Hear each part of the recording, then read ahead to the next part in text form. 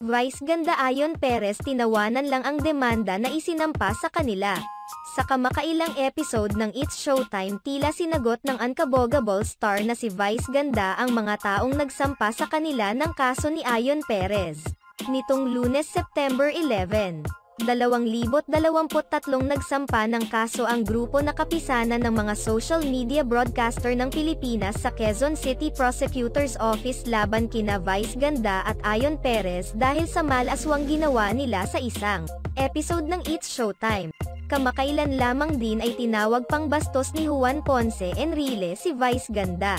Dahil dito, tila nor-indie na si Vice ganda kaya nagbigay na ito ng pahayag sa It's Showtime. Sa segment na Rampanalo, pinapakalma na ni Vice ganda ang mga nambabatikos sa kanya. Kalma, hindi ako kakandidato, kumalma kayo, ako lang ito. Bagamat hindi naman nilinaw, alam na ng mga netizens kung sino ang pinapatungkulan ni Vice ganda sa kanyang naging pahayag.